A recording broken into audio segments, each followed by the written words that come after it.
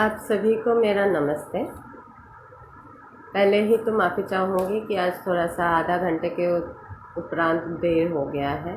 Actually मैं किसी के लिए इंतज़ार कर रही थी तो वो आ नहीं पाया है, इस चक्कर में हम लोगों को भी थोड़ा सा लेट हो गया। चलिए तो आज का हम लोग शुरू करते हैं हमारा क्लास।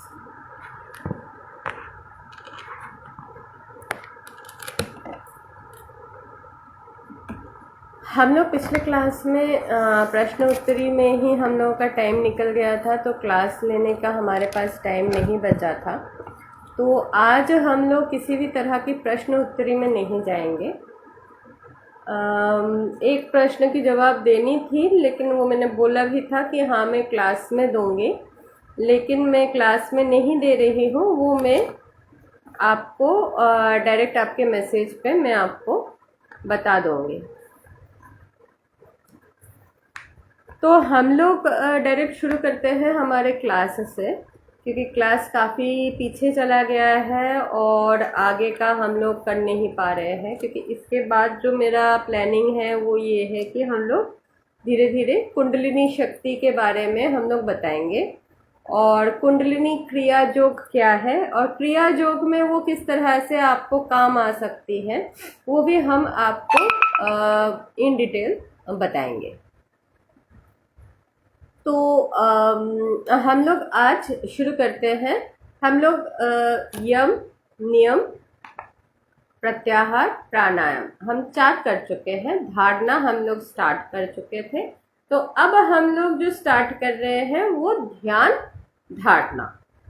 तो सबसे पहले आता है धारणा। धारणा क्या है? धारणा ये है कि आपको आपके प्रभु के बारे में ऑलरेडी पता है। आपके इष्ट क्या है ये आप जानते हो, भगवान आप जानते हो, आप भगवान को देखना चाहते हो, आप एक पर्टिकुलर एक स्तर तक आप पहुंच चुके हैं। तो इसके बाद आता है आपका धारणा। तो जब धारणा आता है मतलब कि आप प्रभु के बारे में धारणा कर रहे हो। इसको जो वेस्टर्नाइज्ड योगा सिस्टम है वो मेडिटेशन बोलते हैं। तो आप लोग ये जितने भी प्रक्रियाएं सीखते हो या आसन सीखते हो, ये सारे प्राणायाम के हिस्सा है। अभी तक तो ये आप जान ही चुके हो कि वो सारे ही प्राणायाम के हिस्सा है, ना कि धारणा या ध्यान के हिस्सा है। तो अब धारणा या ध्यान क्या है या मेडिटेशन क्या है? आप बैठ रहे हो, आप बैठना सीख चुके हो। प्राणायाम आप कर रहे हो, यानी कि आप सांस ले रहे हो, आप कुंभक कर रहे हो और आप प्रश्वास भी कर रहे हो। मतलब रेचक, पूरक, कुंभक आप तीनों के हिस्से कर रहे हो। अच्छा, इसका एक क्रम होता है। आइडियल क्रम जो है वो तो मैंने आप लोगों को सिखाया था एक बार क्लास में, वो आप प्लीज रिवाइज कर लीजिएगा। लेकिन आइडियल क्रम जो है वो हम लोग शुरू तौर पे हम लोग शुरुआत नहीं कर पाते हैं। तो जो आइडियल क्रम हो जाता है हमारा, वो तक पहुंचने में हम लोगों को ध्यान में पहुंचना पड़ेगा। तो ध्यान में पहुंचने से पहले आइडियल क्रम तक हम पहुंच नहीं पाते हैं। कोई बात नहीं है, ये कोई बहुत बड़ी बात नहीं है या कोई चिंताजनक बात भी नहीं है, या मैं पहुंच नहीं पा रहा हूं इसके लिए मैं ध्यान ही करना छोड़ दूं, ये भी नहीं है। आप इसको इस तरह से समझिए कि ग्रेजुएशन लेवल तक पहुंचने के लिए थोड़ी बहुत मेहनत सबको करनी पड़ती है। तो जो ध्यान है वो हमारे ग्रेजुएशन कंप्लीशन है। वो ग्रेजुएशन जब आप कंप्लीट कर लेते हो, वो लेवल को आप मतलब आप ध्यान की अवस्था, आप ध्यान कर रहे हो, इस अवस्था में आप बोल सकते हो। तो उससे पहले धारणा ही है, सब कुछ धारणा है। धारणा क्या है? आप प्रभु को देख रहे हो, प्रभु के स्वरूप चिंतन कर रहे हो, प्रभु के नाम ले रहे हो, प्रभु के नाम को जप रहे हो, आप माला कर रहे हो, कोई भी माला कर रहे हो, आप उसको माला फेर रहे हो। आप जैसे माला फेरते हो, माला करते करते आप धीरे धीरे आपके श्वास को भी गिन रहे हो। तो ये सारे आपके धारणा पे आता है। जैसे आप मेडिटेशन कर रहे हो तो आप ये कर रहे हो कि ऐसे बताऊं मैं आपको कि प्रभु को चिंता करते करते हम लोग रोने लगते हैं। आप जब नए नए अवस्था में आप आओगे, जब प्रभु का प्रेम विकसित होने लगेगा आपके मन के अंदर, तो आपके आंसू निकलने लगेंगे।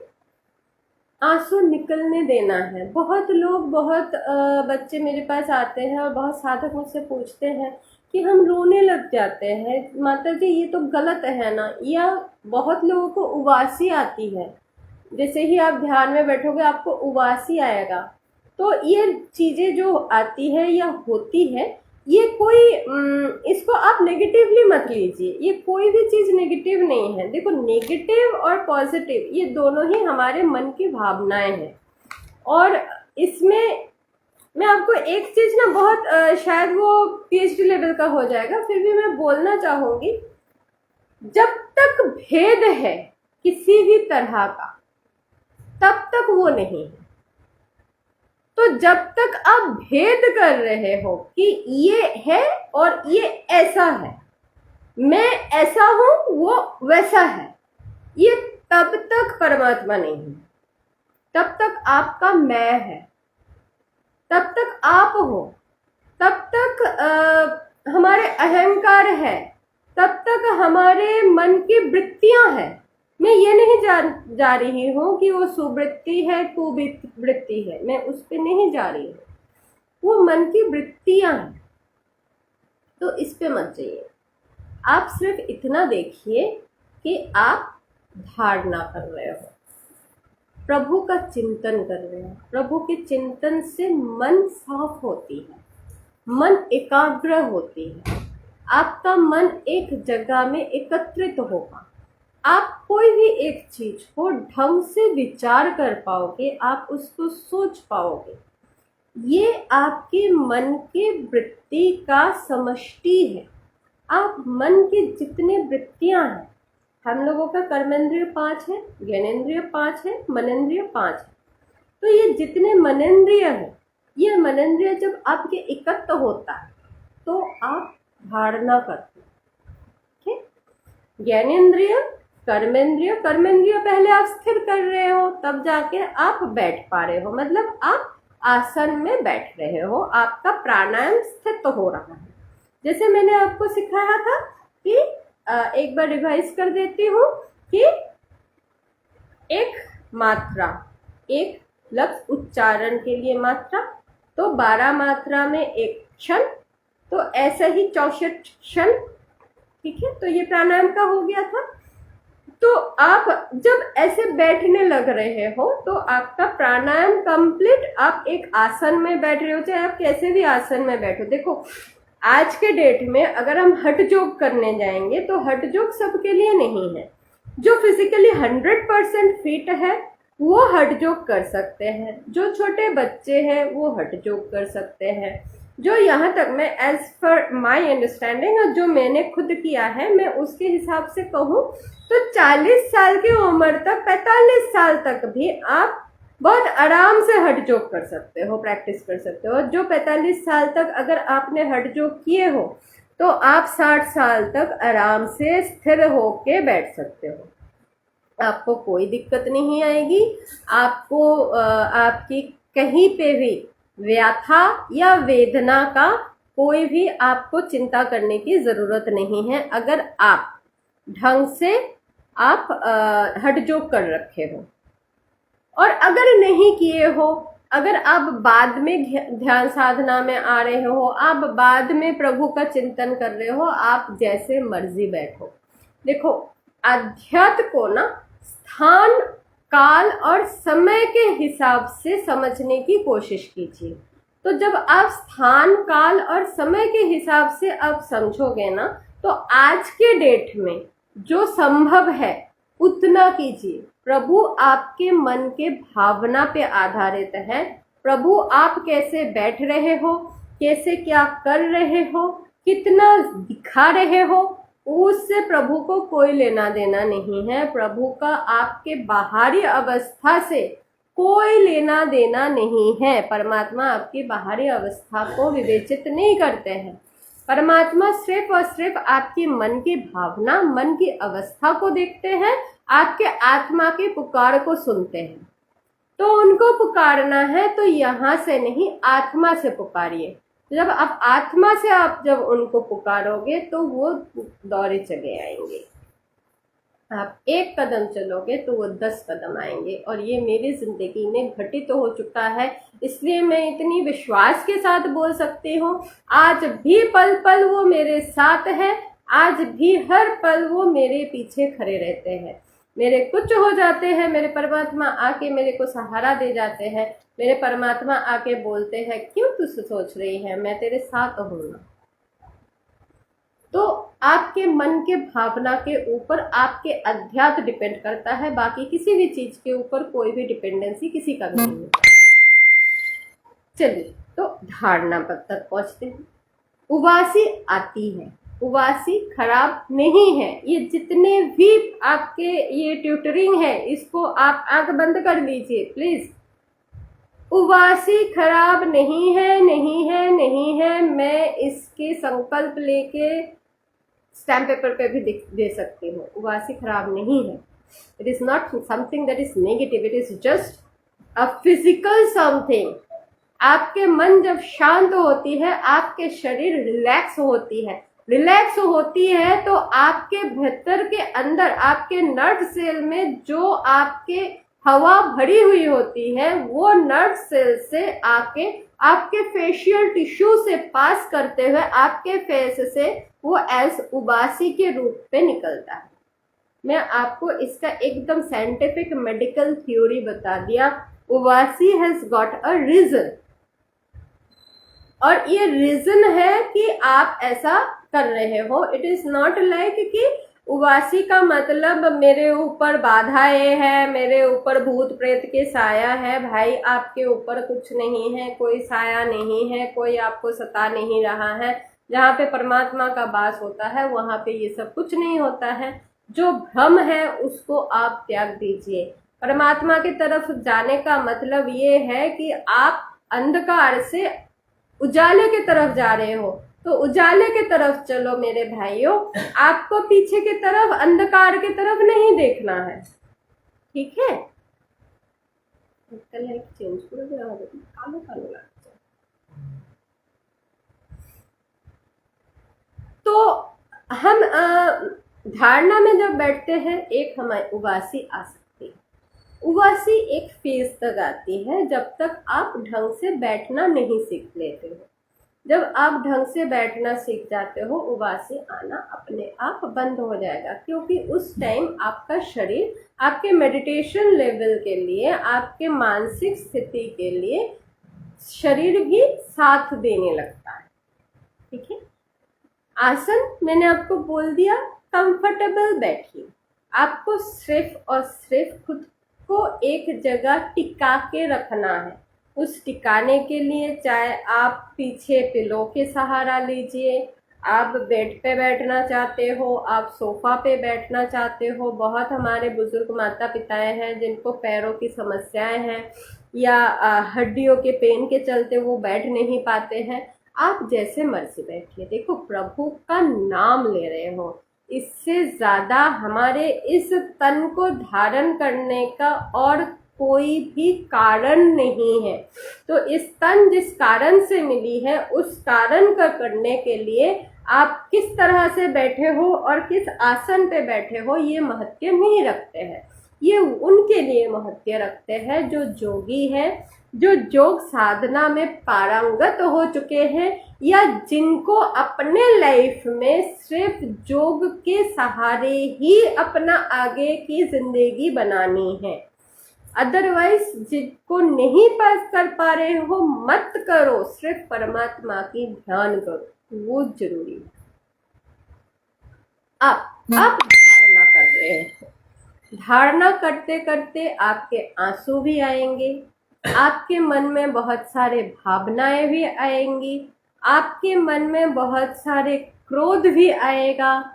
आपके जितने भी इमोशंस हैं, जितने भी, एंड रॉएस्ट टू रॉएस्ट इमोशंस जो हमारी है वो सबसे पहले आती है। वो इसलिए ही हम लोग जब जो साधना करते हैं, आप लोग सारे बार बार कुंडलिनी के चक्र के आप लोग आजकल जानकारी पाते हो, तो बहुत लोगों को कुंडली चक्र के बारे में भी जानकारी है, तो वो लोग जानते हैं कि हाँ सबसे पहले मूलाधारा होता है। तो मूलाधार जो है ये हमारे सबसे रॉ इमोशंस के सेंटर्स है। तो जब आप योग नियम के हिसाब से आप एक प्रैक्टिस करने लगते हो, खुद के बॉडी को ट्यूनिंग करने लगते हो, अगर मैं ऐसे बताऊं तो जब आप अपने बॉडी को ट्यून करोगे तो आपके मूलाधार शक्ति एक्टिव होने लगती है। ठीक है, जब आप धारणा करने लगते हो तो आपके मूलाधार शक्तियां एक्टिव होने लगती है, इसलिए आपके जो रॉ इमोशंस हैं वो सबसे पहले एक्टिव होता है। आपको गुस्सा आता है, आपको क्रोध आता है, आपको रोना आता है। जिसके अंदर जो इमोशन जितना ज्यादा है उसके अंदर वो इमोशन सबसे पहले आएगा, सबसे ज्यादा आएगा, सबसे ज्यादा घनीभूत होके आएगा। और एक साधक को यहीं पे अपने स्वाध्याय करना है, अपना रिस्ट्रिक्शन लेवल बनाना है कि हम अपने उस वक्त आपके विवेचना, आपके विचार, आपकी बुद्धि काम आएगी कि क्या ये करना मेरे लिए उचित होगा, क्या जो मैं कर रहा हूँ वो मेरे लिए सही है। हे प्रभु, आप मुझे मार्गदर्शन करें। इस वक्त आपके जो गुरु है वो आपके मार्गदर्शन करेंगे, क्योंकि गुरु से बढ़कर कोई नहीं है। अगर गुरु आपके साथ है तो ये भावनाएं आपके मन में आएगा और सतत निकल जाएगा, आपको समझ में नहीं आएगा, आपको कोई क्लेश नहीं पहुंचाएगा। अगर आप खुद से प्रैक्टिस कर रहे हो, क्योंकि आजकल बहुत सारे लोग खुद से प्रैक्टिस करते हैं, ये अकेला सनातन धर्म में पॉसिबल है। बाकी आप दुनिया में 42 से 43 टाइप के धर्म है। हाँ, आप लोग सिर्फ कुछ जानते हैं, क्योंकि वो सारे कुछ ही हम लोग डिस्कशंस में लाते हैं। सनातन धर्म हिंदू, मुस्लिम, ईसाई, सिख, बुद्धिज्म, बस इतना ही हम जानते हैं। फॉर योर काइंड इंफॉर्मेशन आप गूगल भी कर लीजिएगा, 43 टाइप्स ऑफ रिलीजियंस है, एंड 43 टाइप्स ऑफ रिलीजियंस के अंदर 43 टाइप्स ऑफ प्रिंसिपल्स हैं। अलग अलग कंट्री के हिसाब से अलग अलग तरीके का प्रिंसिपल्स अपनाया जाता है, अलग अलग जगह के हिसाब से अलग अलग मेथोलॉजीज है एंड प्रोसेस है साधना करने। हमारे सनातन में जो है वो पूर्ण है, इसलिए इसको सनातन बोलते हैं। क्यों पूर्ण है? क्योंकि हमारे सनातन में आपके मन में प्रकट होने वाली हर एक प्रश्न के लिए जवाब वर्तमान है। आपके मन के अंदर जो उथल पुथल होती है, आपके मन के अंदर जो प्रश्न जागृत होती है, एक इंसान, एक मानव होने के साथ साथ वो सारे प्रश्नों को जवाब देने में सक्षम है हमारे ये सनातन धर्म। इसीलिए हमारे सनातन धर्म का इतना महत्व है, this is the only reason. और इसीलिए इसको संपूर्ण धर्म कहा जाता है, इसलिए इस धर्म को इतना महत्व है। चलो, तो आपके भावना आंदोलित तो हो रही है और आपके आंसू आते हैं। पहले तो आपको गुस्सा वगैरह जितना भी आया आपने उसको कंट्रोल किया। नेक्स्ट लेवल आएगा आंसू। सैलाब तोड़ने वाले, सारे डैम तोड़ने वाले, आपको झंझोर वाले आंसू आएगी। इस आंसू को बहने देने की जरूरत बहुत ज्यादा है। आप पुरुष हो, महिला हो, आप एक लिंग में हो, आपके शरीर के हिसाब से आपको पुरुष की योनि मिली हुई है या महिला की योनि मिली हुई है या आपके क्लिप की योनि मिली हुई है, इससे कोई मतलब नहीं रखती है। आपको रोना आ रहा है, आप रोइए। जहां तक आप सेपरेट और सेग्रीगेट करोगे खुद को, वहां तक आप परमात्मा से मिलित नहीं हो पाओगे। परमात्मा का कोई लिंग नहीं है। आप जहां पे विचार करने लगोगे उनके लिंग, कि वो पुरुष है कि नारी है, क्या वो समलिंग है, प्रभुजनों नहीं है ऐसा कोई। ये एक बस ऐसा जगह है जहां पे किसी भी तरह का कोई भी भेद एप्लीकेबल नहीं होता है। अगर आप करोगे तो आप पीछे रह जाओगे, प्लीज मत करो।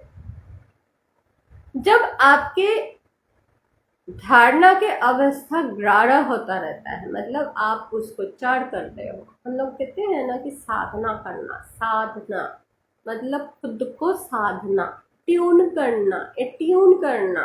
किसके साथ ना? परमात्मा के साथ। परमात्मा जैसा चाहते हैं वैसा बन जाना। तो आप जैसा कर रहे हो कि आप परमात्मा की तरह बन रहे हो। तो परमात्मा की तरह बनने के लिए आपको सबसे पहले, हम लोग क्या करते हैं बच्चे, हम लोग सबसे पहले अपने आप के तन को धोते हैं।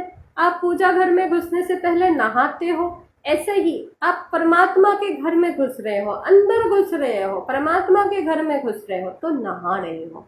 तो आप, आपके जो आंसू आ रहे हैं इसको आप नहाना समझो। ये आपके मन के अंदर जमे हुए एक एक मैल को धो के बाहर निकल देगा। आपके मन के अंदर प्रभु की मूरत को इतनी अच्छी से सफाई कर देगा कि आपको ध्यान की अवस्था में प्रभु की मूरत सूरत को देखने में कोई भी दिक्कत नहीं आएगी।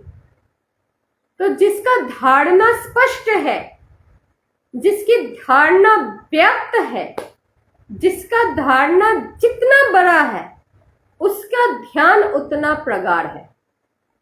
आप जितना धारणा कर सकते हो, देखो आप इसको बस नॉर्मल तरीके से समझो कि आपको किसी भी एक काम को करना है, उस काम के बारे में आपको बहुत अच्छा नॉलेज है, तो और उस काम को करने में आपके मन को भी बहुत अच्छा लगता है, तो क्या होगा कि आप उस कार्य में सफल रहोगे।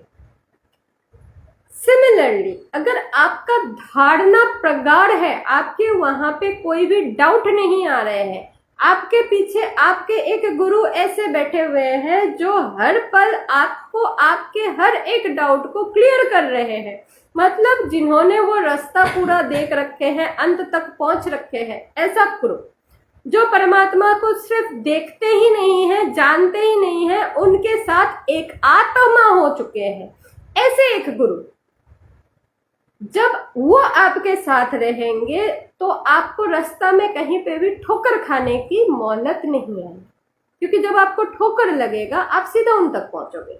सबसे पहले आप जाके उनको पूछोगे कि गुरुदेव मेरे को ऐसा हो रहा है, और सबसे पहले ना गुरु के साथ वार्तालाप होना बहुत जरूरी है। गुरु एक माँ के समान होती हैं जो अपने बच्चों को एक एक पल में एक एक के लिए तैयारियां करती है। अगर आज मुझे ये कार्य मिला है कि मैं आप लोगों को ये समझा रही हूँ, तो ये कार्य, मैं इस कार्य से आप लोगों को तैयार कर रही हूँ आपके उस दिन के लिए जब आप परमात्मा के दर्शन कर सको। जब तक आप परमात्मा के दर्शन नहीं कर पाओगे तब तक मेरे कार्य संपूर्ण नहीं होते हैं। अगर ये मेरा कार्य मिला है, ये कार्य जो मुझे मेरे प्रभु ने दिया है, और सारे गुरुओं को मैं बोलूँगी, बहुत लोग यहाँ पे, बहुत मेरे इवन मेरे फॉलोअर्स में बहुत सारे हैं जो बहुत गुरु हैं और सन्यासी भी हैं।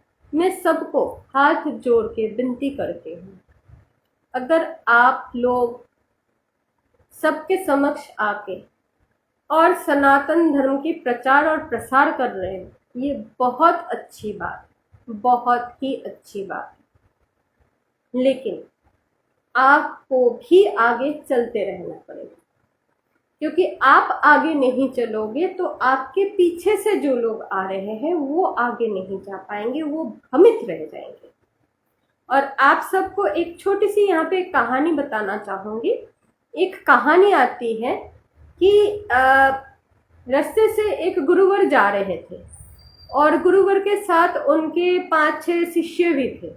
तो जंगल के रास्ता हुआ करता था उस वक्त, तो जंगल के रास्ते से वो लोग जा रहे थे, तो सामने से अचानक एक बहुत बड़ा अजगर आता है। तो वो लोग पहले तो रुक जाते हैं क्योंकि अजगर है भाई।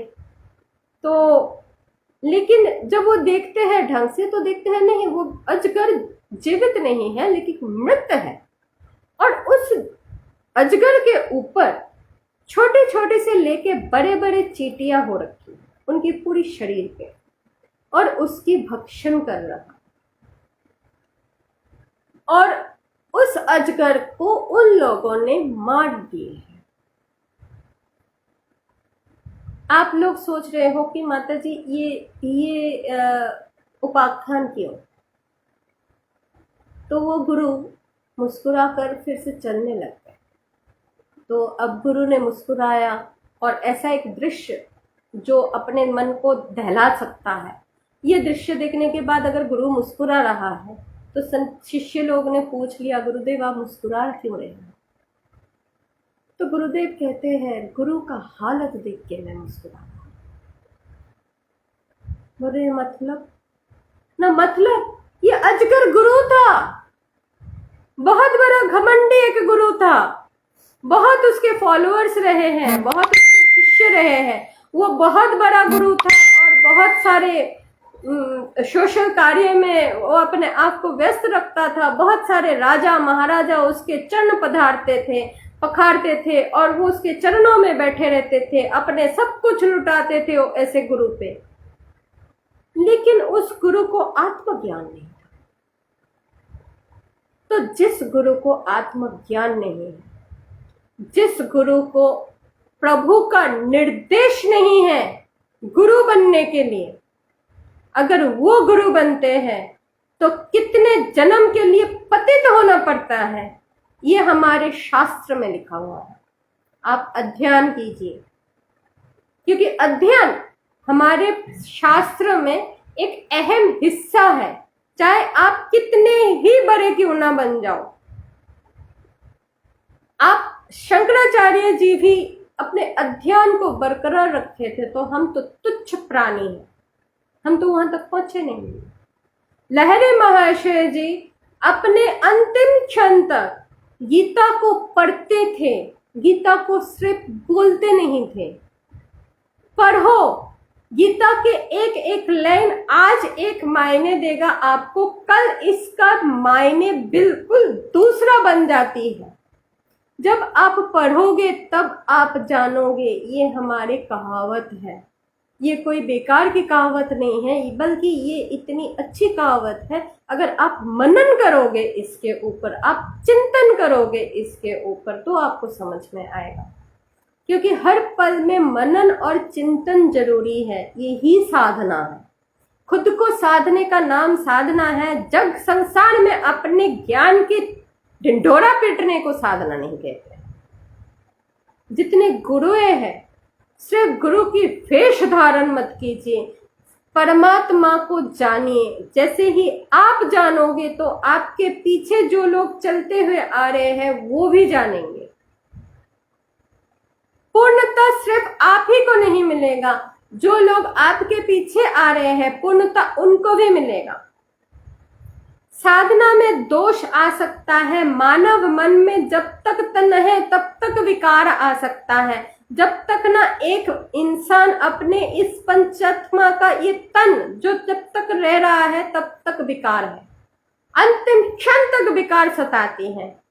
ऐसा नहीं है कि मैं भगवाधारी हूं तो मेरे अंदर विकार नहीं है, मेरे अंदर कोट कोट के ममता की विकार पड़ी हुई है। जो लोग मुझे यहाँ पे जानते हैं, सब लोग जानते हैं, मैं सबसे पहले मेरे बेटे की बात करती हूँ। तो मेरे अंदर ममता है, मेरे वो जिस तरह से मेरी एक शक्ति है, ठीक उसी तरह से वो मेरे लिए एक सबसे बड़ा ऑब्स्ट्रकल है, क्योंकि मैं ममता में फंसी हुई हूं। और अगर मैं ये फंस अपने आप से अलग कर लूंगी तो मैं ये शरीर को धारण नहीं कर पाऊंगी। इसलिए माया की जरूरत है। जब आप माया से रहित हो जाते हो, जिस वक्त आप महामाया के साथ सदृश्य मिल जाता है, मतलब वो जो है वही आप हो, सो हम की अवस्था में आप पहुंच जाते हो, उस वक्त आप शरीर नहीं रख सकते। इस पंचभूति शरीर को रखने के लिए किसी न किसी तरह का एक माया की जरूरत है। किसी को मोह है, किसी को माया है, किसी को एक कर्म सता रहा है, तो किसी को सेवा सता रहा है कि मुझे ये कार्य करना है। किसी को ये लग रहा है मुझे ये सिखाना है, किसी को ये लग रहा है कि मुझे ये बनाना है। एक ना एक मोह चाहिए इस मिट्टी के तन को धारण करने के लिए। तब जाके हमारा ये जो जर्नी है आत्मा से परमात्मा तक का मिलन का, ये जर्नी संपूर्ण होता है। मोक्ष नहीं है। मोक्ष क्या है? परमात्मा का ज्ञान मोक्ष है। परमात्मा के ज्ञान के बाद भी है, उसके आगे भी है, वहां तक भी पहुंचा जा सकता है। शिव के बाद सदाशिव है, सदाशिव के बाद परम शिव है, एकादश रुद्र है। देखने जाओगे तो बहुत कुछ है। दुर्गा के बाद महादुर्गा है, महादुर्गा के पीछे भी है, उसके बाद जोग माया है, जोग माया के ऊपर भी है। ज्ञान का कोई लिमिट नहीं है। आप जहां तक पहुंच सकते हो इस पंचभूत की तन से, वहां तक तो पहुंचो। और जहां तक आप जान पा रहे हो वहां तक जब आपको आज्ञा आती है बोलने के लिए तो बोलो, नहीं तो अपने घड़ा, अपने पात्रता, घड़ा, घट, अपने ये घट, इस घट को भरो। थोड़ा सा हम लोग भर नहीं पाते हैं, ढिंडोरा बजाने लग जाते हैं कि हमने तो भर लिया, हमने तो भर लिया, हमने तो कुछ नहीं भरते हैं हम भाइयों।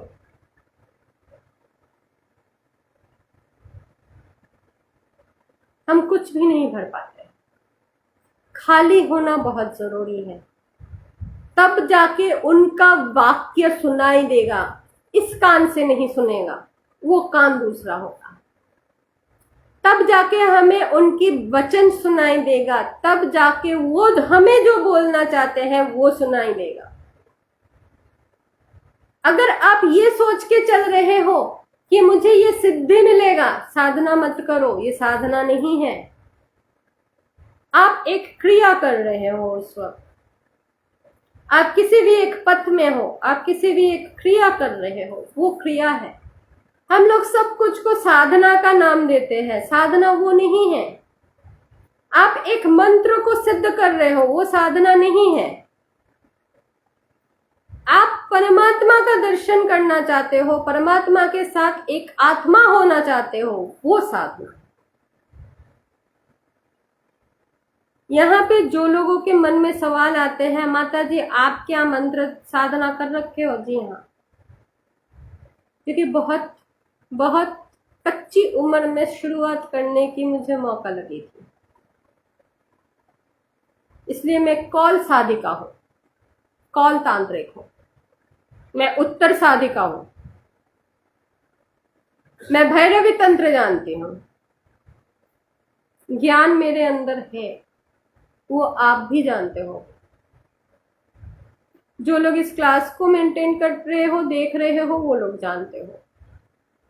लेकिन क्या मैं साध चुकी हूं खुद को? मैं अभी भी साध रही हूं, और अपने जब तक श्वास है इस शरीर में तब तक साधूंगी, क्योंकि परमात्मा के दर्शन तो मैं कर चुकी हूं, उसके आगे भी है। मैं जितना साध रही हूं उतना मुझे दिख रहा है, और इस देखने का जैसे कि कोई लिमिट ही नहीं है। हम लोगों के ज्ञान, हमारी बुद्धि छोटी पड़ जाती है जहां पे हम लोग सोचते हैं सब कुछ जान लिया है। अब सब जानते नहीं। योग माया तक पहुंचने के लिए बहुत रास्ता बाकी है। आप अगर लाइट ईयर्स में काउंट करोगे तो एटलीस्ट ट्रिलियन लाइट ईयर्स चलना पड़ता है अगर आप योग माया के लेवल तक पहुंच सकते हो। और अगर आप समझ रहे हो कि ये ज्ञान मैं सिर्फ इस तन में या इस जन्म में ही देने के काबिल बनी हूं, जी नहीं, मेरी 11 जन्म पहले हो चुका है जहां पे मैं एक पूर्ण सदगुरु के रूप में व्यवस्थित थे। जो लोग, जो साधक लोग यहाँ पे हो, आप लोग, जो लोग आपके पूर्व जन्म देख सकते हो, वो लोग मेरे साथ एकत्र बात करोगे।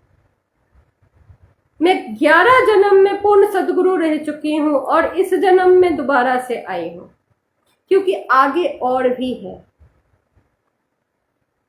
जब हम मोक्ष तक पहुंच जाते हैं, परमात्मा के एक लेवल पार कर जाते हैं, जिसको हम मोक्ष बोलते हैं, तो क्या होता है? जब ये शरीर नहीं होता है, साधना का क्रम तब भी चलता है,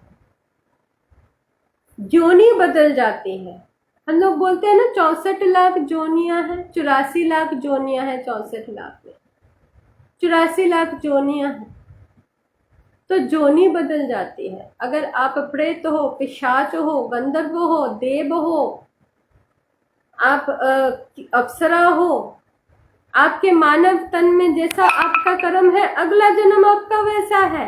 आपका साधना उस में भी चल रहा है, उस शरीर में, उस जोनी में भी चल रहा है। एक बहुत बड़े ऋषि हुए हैं, उनके अगले जन्म में भरत ऋषि की बात कर रही हूँ, मृग जोनी में दी थी। भरत ऋषि, मैं भरत की बात नहीं कर रही हूँ, भरत ऋषि की बात कर रही हूँ। इनकी उपाख्यान आती है। भरत ऋषि को जब पता लगता है कि वो पिछले जन्म में कौन थे, एक मृग बन के वो दोबारा से महादेव का स्तुति करते हैं, महादेव का फिर से वो मनन करते हैं, फिर से चिंतन करते हैं, फिर से साधना करते हैं। इसीलिए कहा जाता है पशुओं में मृग को, स्वर्ण को यानी कि कुत्ते को, गाय को, गाय बैल, इनकी दीक्षा हो सकती है, इनको नाम मिल सकती है और इन साधना करते हैं। हमने एक साथ गायों की ओंकार का उच्चारण करते हुए देखे हैं। किसी को भी पता चाहिए तो पूछ लीजिएगा, मैं बता दूंगी आप लोगों को।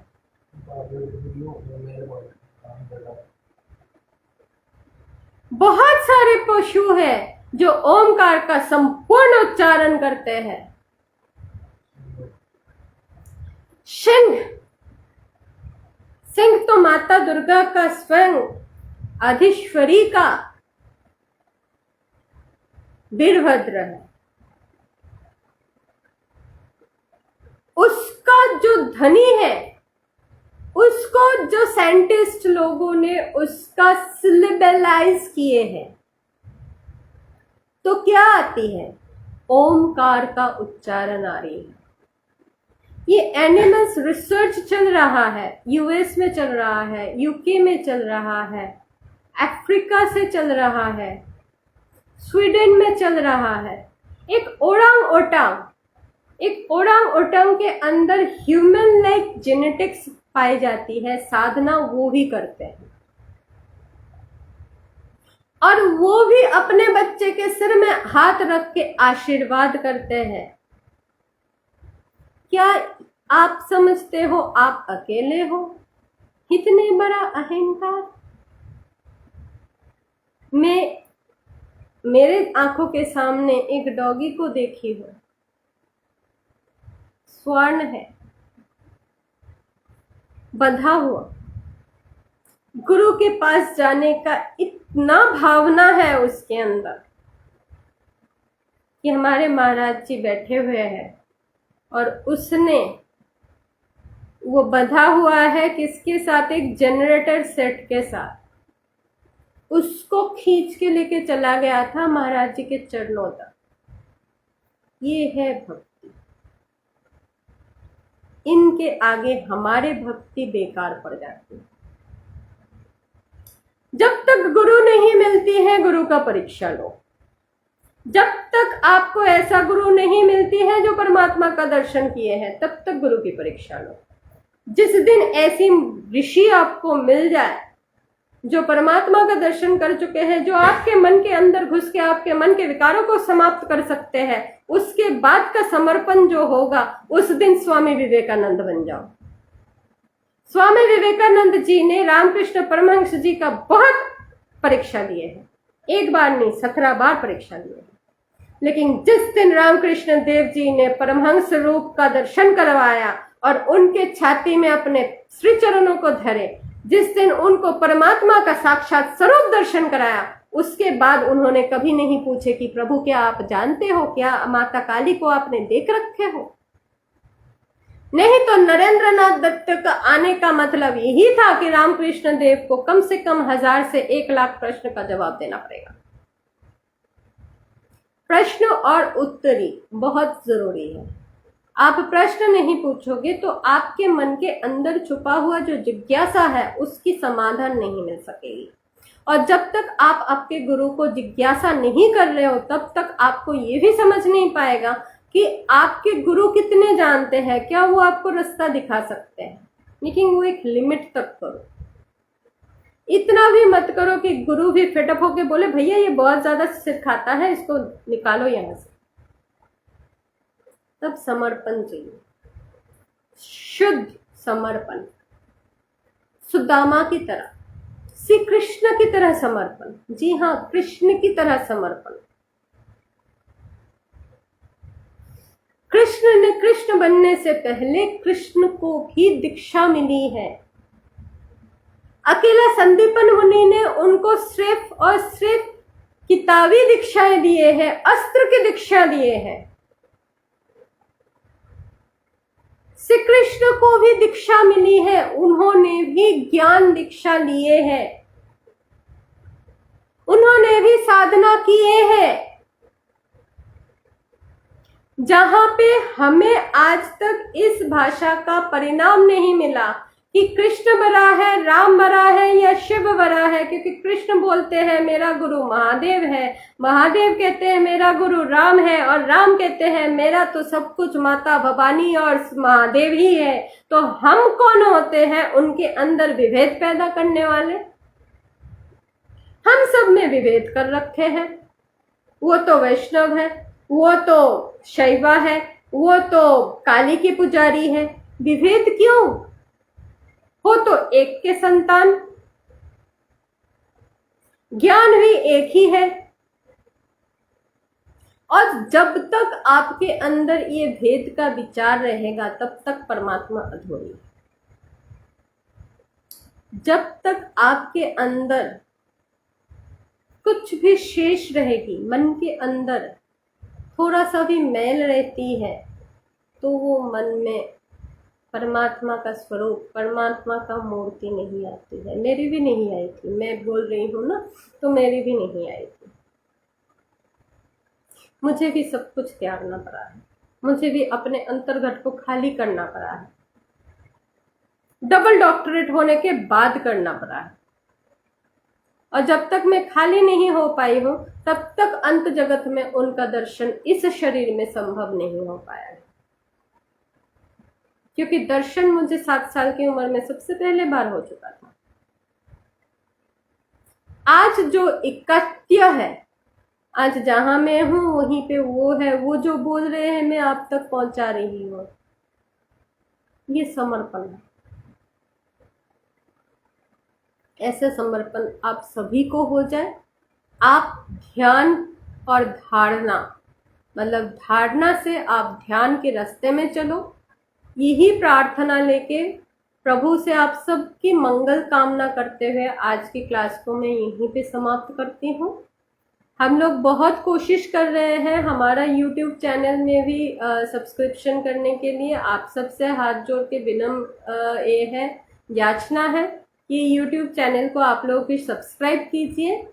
और हम लोग कोशिश करेंगे, हमारे बहुत सारे भक्त प्रेमियों बोल रहे हैं कि बंगला में भी एक क्लास शुरू करने के लिए, तो हो सकता है बहुत जल्द हम लोग सोमवार के दिन सिर्फ बंगला में हो सकता है बोले।